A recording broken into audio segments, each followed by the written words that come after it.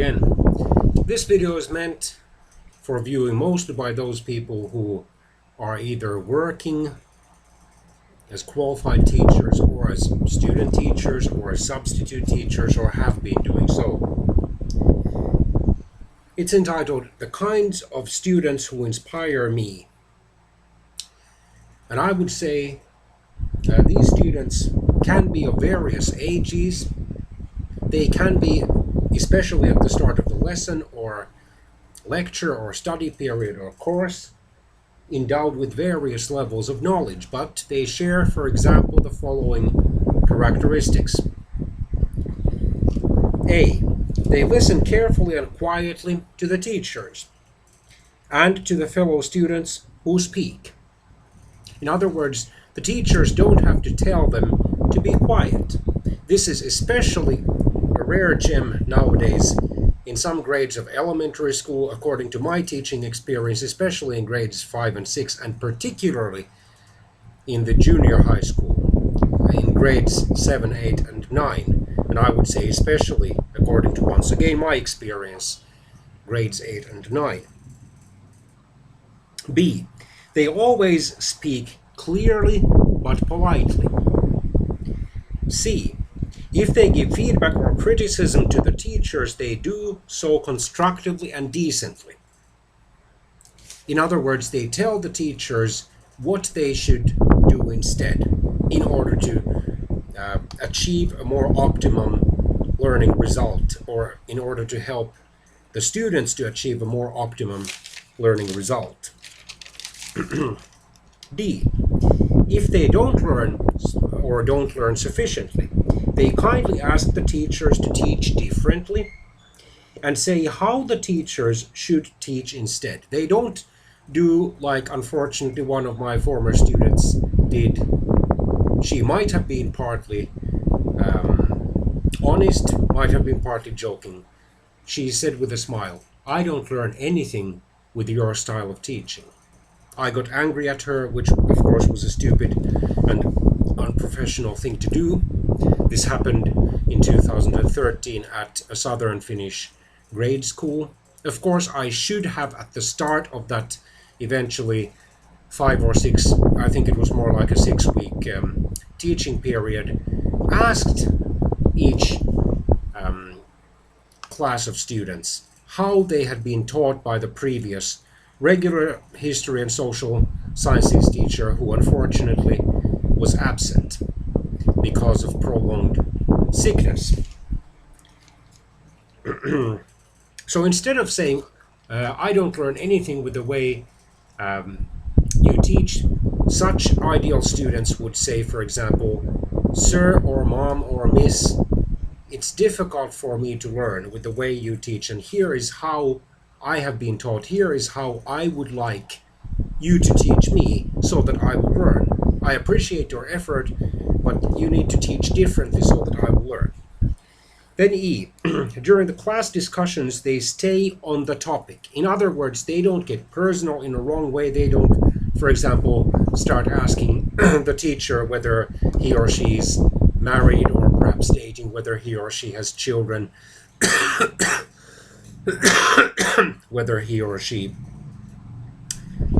lives nearby or in another city or town, or that sort of thing, which of course is natural given the vast curiosity of especially children and teenagers, but which is not really good or polite behavior. As my late mother used to say, curiosity does not belong to civilized behavior or civilized life. Then F.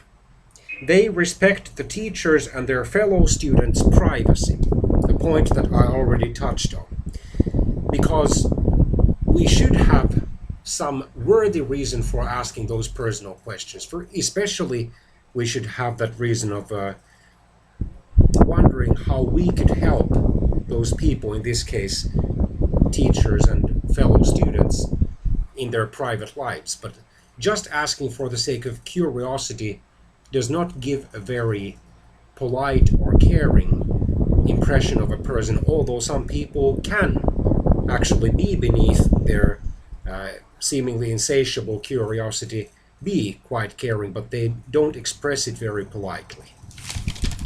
And they should also be willing to then provide the same kind of information about themselves. And there should be some relevance. How is it relevant for the student to know about, for example, his or her new teachers or substitute teachers, or for that matter, student teachers' family life? How does that adult's family life relate to his or her teaching at that particular school? How does providing a list of schools where, at least a partial list of schools where that adult has previously taught, make learning more relevant in that particular lesson or in that particular time period when this teacher will be teaching at this particular school? Then G, rather than test the teacher's nerves, they cooperate with and help the teachers. For example, when the teachers have difficulty bringing the class into order, they might jump in, they might go to the front, and they might tell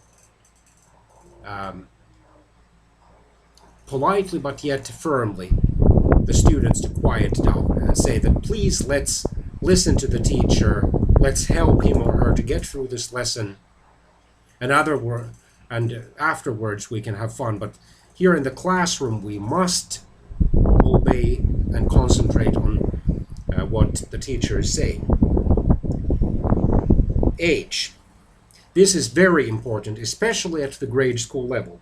They defend their fellow students who are being annoyed, teased, or bullied, something that is common probably in at least most countries where public education is common. And this is once again one of the sad consequences of the sinful human nature. I can't come to another conclusion as a Bible-believing Christian. Then I. They always try to show a good or an exemplary kind of behavior to the other students. And actually not just in the classroom, but also during the recesses or at lunch and so forth, or during the snack break. They always try to behave in a way that they would like the other students to copy, and of course they want that behavior to be as positive as possible. Then J.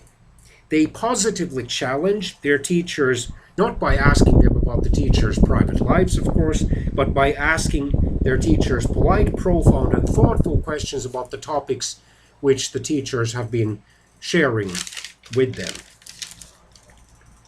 Then K. While they at least sometimes disagree with their teachers, which is of course natural and inevitable, and with their fellow students, they do so politely and constructively. In other words, they state why they disagree and why, in their opinion, the teachers and the students should appreciate a different point of view, and then they give clever reasons for holding that point of view.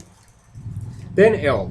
They eagerly ask the new, shy, quiet, and lonely fellow students if they would like to talk or eat with them, or if they would like some help, for example, with their homework, or with finding out the different classrooms of the school, the different floors, the different wings. If the school has multiple buildings, how to get from building A to building B, C, D, E, and F, and so forth. And here I'm reminded of one of the victims of one of the 13 victims, aside from the perpetrators themselves, of the Columbine High School massacre in Littleton, Colorado, back in 1999. She was called Rachel Scott, and she took care in reaching out to these shy students.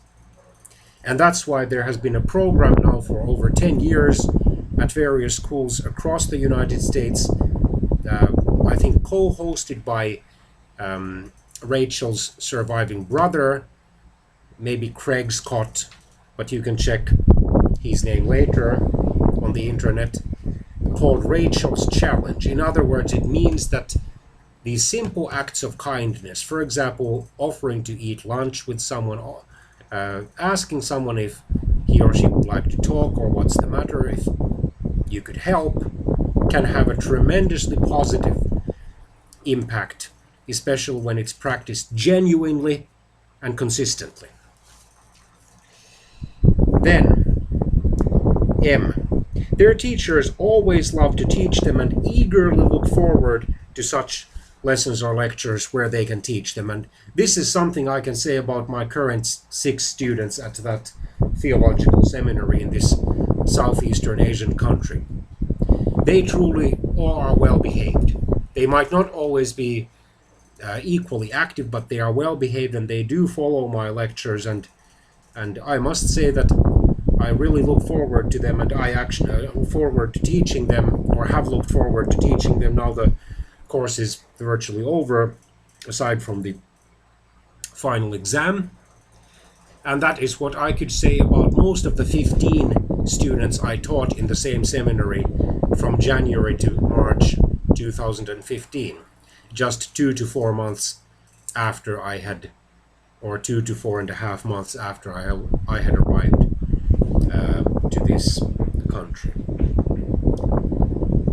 So these are my thoughts. I hope and pray that they will be edifying and encouraging and stimulating, and of course we who want to teach also in the future should try to look for various ways, also prayerfully, to motivate the highest possible majority of students to behave well for at least a clear majority of the time, and appreciate the talents which God has placed in each student, whether he or she is aware of them or wants to consider them, or wants to consider them as important ones.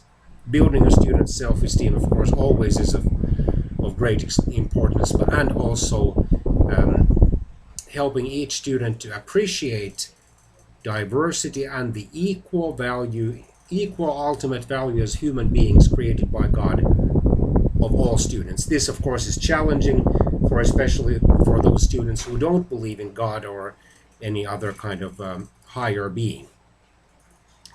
But these were my thoughts, and I hope and pray that this video will be an uplifting one for all of you who watch it. Bye-bye for now.